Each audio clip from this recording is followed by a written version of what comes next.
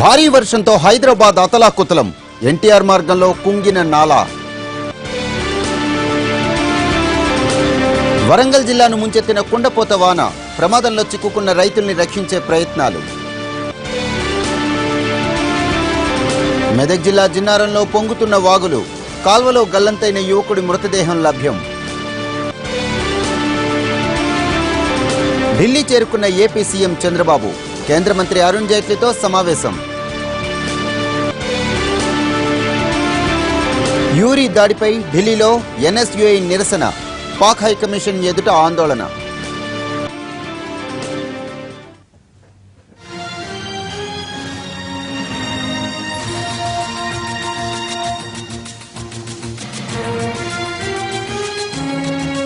కృష్ణా జిల్లాలో పంచాయతీ ఇక ఢిల్లీకి చేరింది. కాసేపట్లో అపెక్స్ కమిటీ సమావేశం కానుంది. ఇద్దరు తెలుగు రాష్ట్రాల ముఖ్యమంత్రులతో పాటు నీటిపారుదల శాఖ ఉన్నతాధికారులు ఈ భేటీలో పాల్గొంటారు. గంటన్నర పాటు ఈ సమావేశం జరగనుంది. కృష్ణా నది మీద ప్రస్తుతం నిర్మాణం చేపట్టిన ప్రాజెక్టుల మీద చర్చ జరుగుతుంది.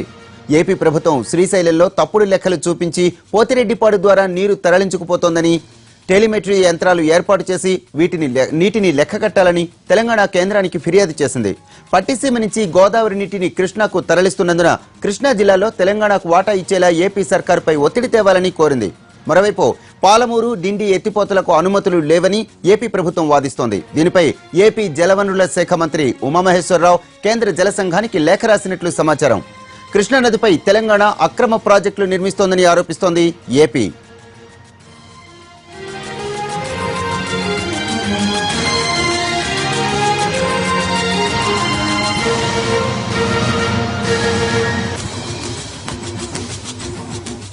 చంద్రబాబు జైట్లీతో సమావేశమయ్యారు.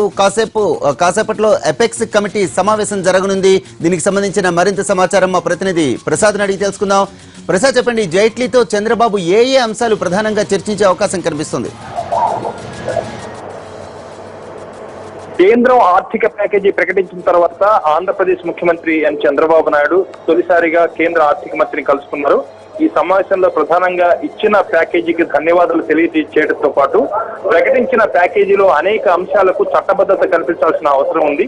దానికి సంబంధించి కేంద్ర మంత్రివర్గం ఆమోదాలు వీటన్ని కూడా తీసుకోవాల్సి ఉంది. కాబట్టి ఈ ప్రక్రియను వెంటనే వేగవంతంగా ప్రారంభించాలని చెప్పి కేంద్ర ఆర్థిక మంత్రిని చంద్రబాబు నాయుడు కోరారు.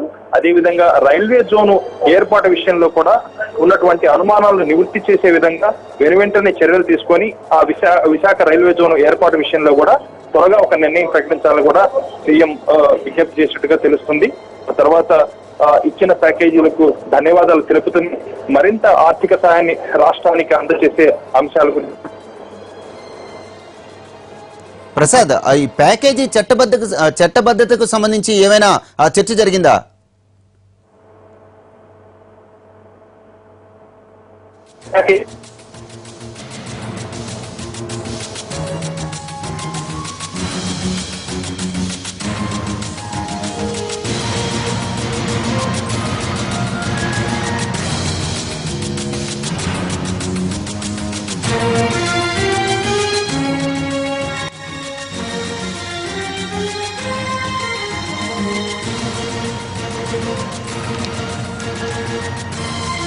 Right, thank you Prasad.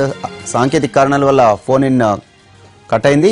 ఇక మిగిలిన వార్తల్లోకి వస్తే, తెలంగాణకు అన్యాయం చేయడానికి ఏపీ సీఎం చంద్రబాబు ప్రయత్నిస్తున్నారని ఆరోపించారు మంత్రి హరీష్. డిండి, పాలమూరు ఎత్తిపోతల పథకాలు ఉమ్మడి రాష్ట్రంలోనివేనన్నారు.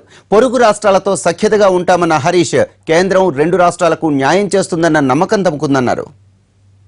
కొద్దిసేపట్లో అపెక్స్ కమిటీ సమావేశం కేంద్ర జలవనరుల శాఖ మంత్రి గారు గౌరవనీయులు ఉమాభారతి గారి ఆధ్వర్యంలో జరగబోతా ఉంది. ముఖ్యంగా తెలంగాణ ప్రభుత్వం చేపట్టినటువంటి పాలమూరు, డిండి ఎత్తిపోతల పథకం కొత్త ప్రాజెక్టులని తెలుగుదేశం పార్టీ అధ్యక్షుడు చంద్రబాబు నాయుడు గారు కేంద్ర ప్రభుత్వానికి ఫిర్యాదు చేసినటువంటి మీదట ఈ సమావేశం జరుగుతూ ఉంది.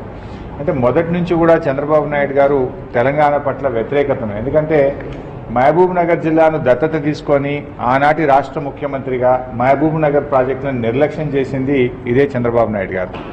ఉమ్మడి రాష్ట్రంలో 2007 సంవత్సరంలో ఇచ్చిన జీవో డిండి ఎత్తిపోతల పథకం, 2013లో ఉమ్మడి రాష్ట్రంలో ఇచ్చినటువంటి జీవో పాలమూరు ఎత్తిపోతల పథకం, ఆ ఉమ్మడి రాష్ట్రంలో చేపట్టినటువంటి డిపిఆర్లు, జీవోలు, అడ్మినిస్ట్రేటివ్ శాంక్షన్, నీటి కేటాయింపుల ఆధారంగా తెలంగాణ ప్రభుత్వం ప్రాజెక్టును ముందుకు తీసుకుపోతా ఉంటే ఇవి కొత్త ప్రాజెక్టులని, ఈ ప్రాజెక్టులు కట్టద్దని, ఆపివేయాలని చంద్రబాబు నాయుడు గారు, తెలుగుదేశం పార్టీ మరొకసారి తెలంగాణకు అన్యాయం చేయడానికి కుట్రపూరితంగా ఈరోజు వ్యవహరించడం జరుగుతూ ఉంది.